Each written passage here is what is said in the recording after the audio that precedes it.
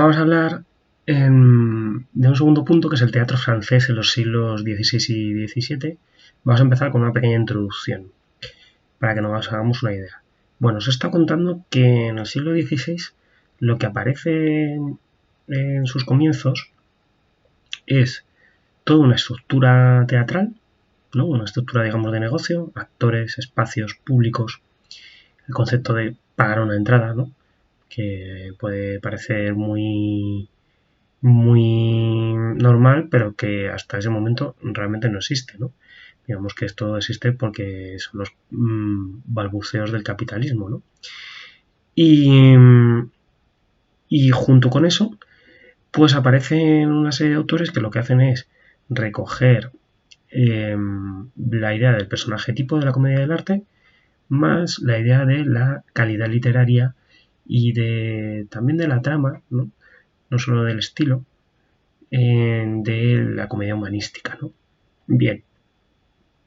Entonces, en el teatro francés, ¿qué es lo que pasa? Pues pasa algo semejante. A finales del siglo XVI, principios del siglo XVII, hay un teatro, digamos, barroco, semejante al de Lope de Vega, o semejante al teatro renacentista de Shakespeare, ¿no? Que es muy parecido.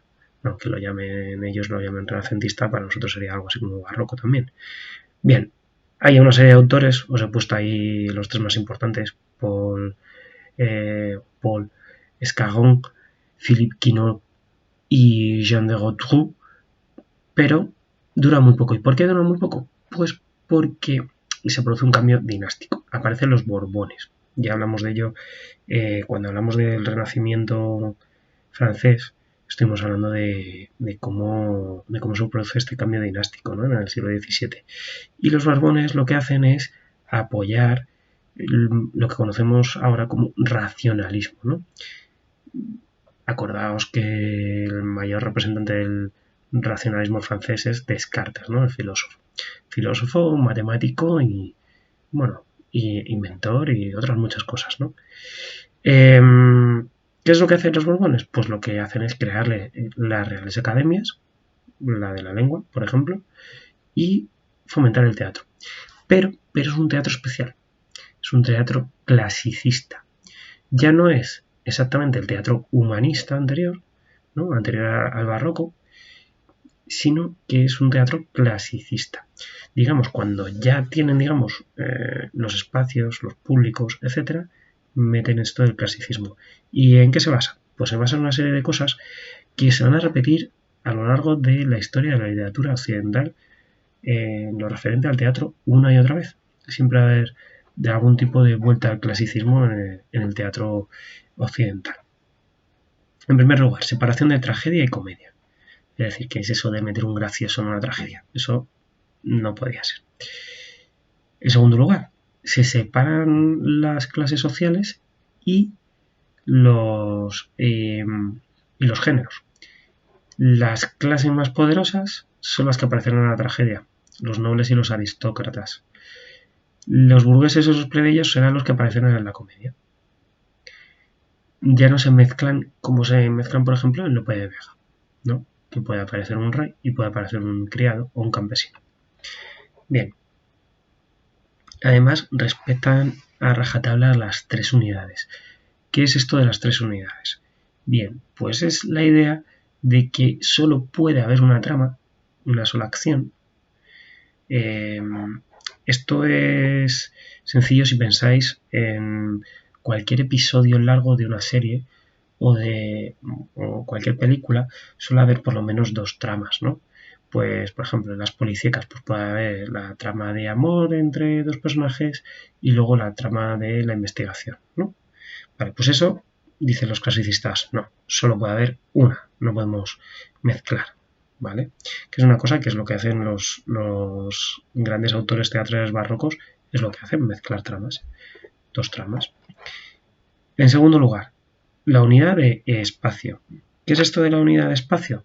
Pues la unidad de espacio es que todo transcurre en el mismo lugar, que puede ser, no es necesariamente que todo suceda en una misma habitación, pero sí, pues por ejemplo, en una misma ciudad o en un mismo edificio. Sí, si os acordáis de las obras de teatro griegas que habéis leído, casi todo sucede en la escalinata del palacio.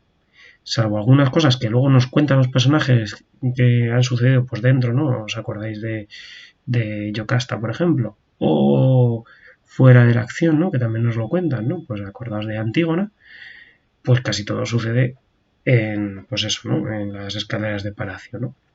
Pues a eso se refieren con la unidad de espacio. Tiempo.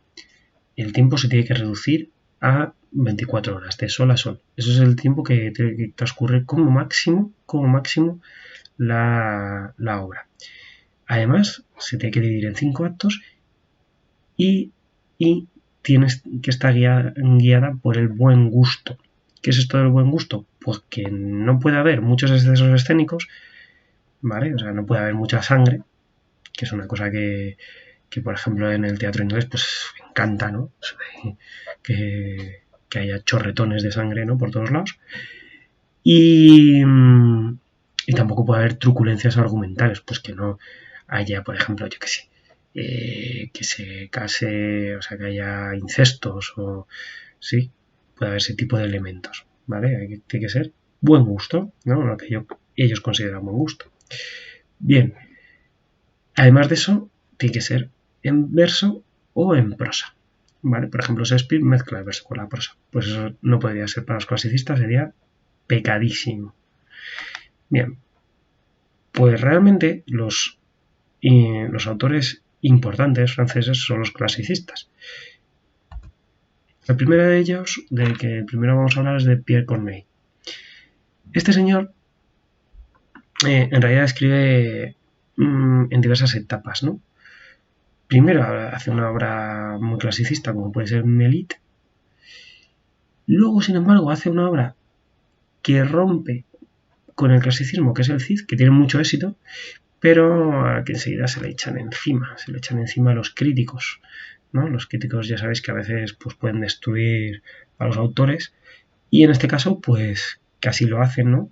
Pero lo que hace Corneille es volver al clasicismo, que le salía muy bien, hace comedias como El Mentiroso, hace tragedias como Horacio o Quina, de las que vamos a hablar, y se convierte en el modelo de lo que debería ser una tragedia clasicista francesa, ¿no? ¿En qué se basa esto? Fundamentalmente, lo que a nosotros más nos interesa más que los aspectos formales. Pues en primer lugar, que es un héroe, el héroe de la tragedia es piadoso, es decir, es religioso, ¿sí? Es generoso y además le interesa el bien común. Pensad en un héroe de la épica como Aquiles. Aquiles no piensa en absoluto en el bien común, ¿sí? No hablemos de Agamenón, ¿no? Que es peor que él. Sería más bien un héroe, pues tipo Héctor, por ejemplo, ¿no? Héctor de la Ilíada, que sí que piensa en el bien de su ciudad, ¿no? Por encima de lo suyo, de su familia. Bien. Este héroe está sometido siempre a un conflicto. ¿Qué conflicto es? Pues tiene que elegir entre la pasión, normalmente la pasión amorosa, y el honor. El honor es la razón, ¿vale? La razón de Estado, de hecho. ¿Sí? Fijaos de qué van un poco sus obras, os la resumo muy brevemente porque no nos podemos detener mucho, pero fijaos, Quina. ¿Quina de qué nos habla? Pues de que Emilia se quiere vengar de Augusto, ¿vale? Y lo ayuda en su cometido, lo ayuda Quina, ¿no? Que es el personaje masculino que está enamorado de Emilia. Pero ¿qué pasa? Que Máximo, que está enamorado de Emilia, pues resulta que se entera y los delata, ¿no? Y entonces es Augusto, que es, digamos, bueno, es una representación seguramente del rey Borbón, ¿no? Se erige así como una especie de ser por encima de las pasiones, ¿no? Y perdona a Emilia, ¿no? Digamos, con su gran magnanimidad, ¿no? Os he puesto ahí. Vale.